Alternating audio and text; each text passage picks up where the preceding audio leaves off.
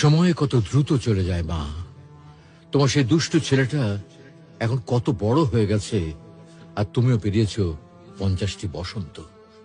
কোনো দিন কি তোমাকে একটুকরো সুখ দিতে পেরেছিলাম? কেবলই মনে পড়ে তোমার সঙ্গে বিনা কারণে রাগ করে কথা বলার মুহূর্তগুলোর কথা মা। মা, আমি ছোট, অবুঝ আমি তোমার কাছে। আমি তোমার সন্তান মা। তোমার কাছে ক্ষমা চাওয়ার মতো যোগ্যতাটুকু আমার নেই। সন্তানরা হলো ধারালো চাকুর মতো, না চাইলেও মায়েদের কষ্ট দেয়, আর মায়েরা তাদের ক্ষমা করে দেয়।